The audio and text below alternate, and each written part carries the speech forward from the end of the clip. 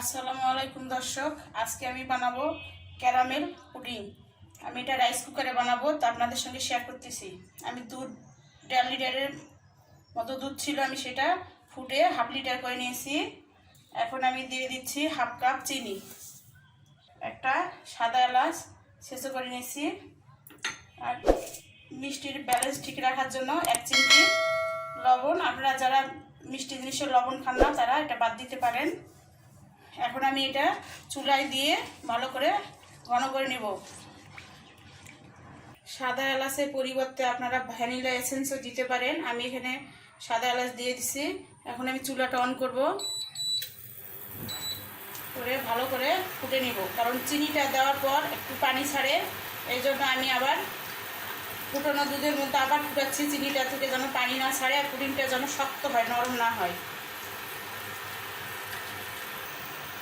দর্শক, দুধটা ফুটে উঠছে, আর একটু আমি জাল করব, চিনির পানিটা যেন না থাকে।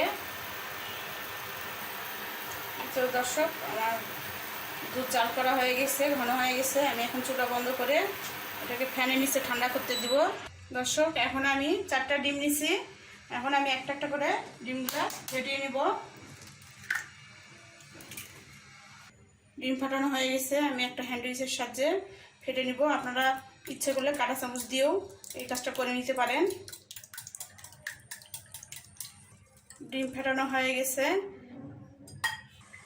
এখন আমি দুধ আর ডিমটা মিশ্রণটা এক জায়গায় করতেছি,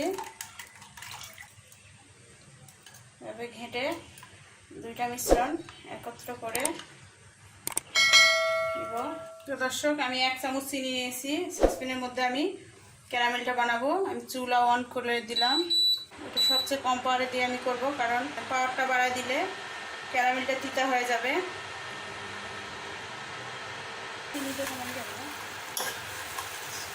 এই তো দর্শক, আমার ক্যারামেল হয়ে গেছে। প্রয়োজন হলে আপনারা একটু পানি দিয়ে নেবেন, আমার প্রয়োজন হয়নি তাই আমি দিয়ে নিই। ক্যারামেল ঠান্ডা হলে তারপরে আমি এটা আপনাদের ঢেলে দেখাচ্ছি।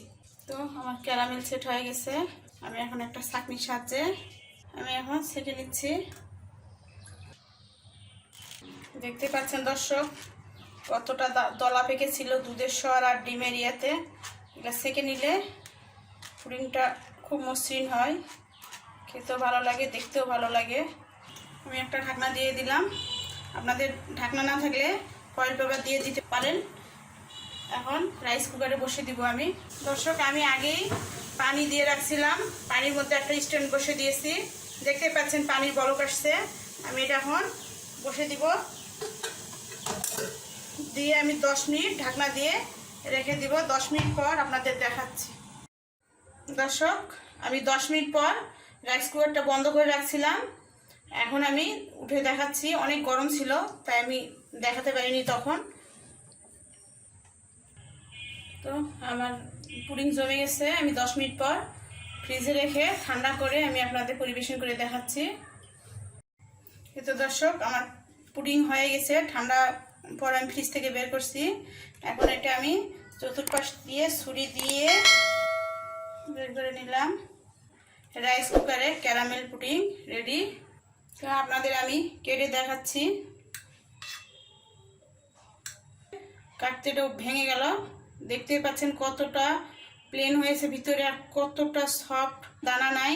আমার রেসিপিটা যদি দর্শক আপনাদের ভালো লাগে তাহলে অবশ্যই আমাকে একটা লাইক দিবেন, কমেন্ট করবেন, আমার চ্যানেলটা সাবস্ক্রাইব করে পাশে থাকবেন। আসসালামু আলাইকুম।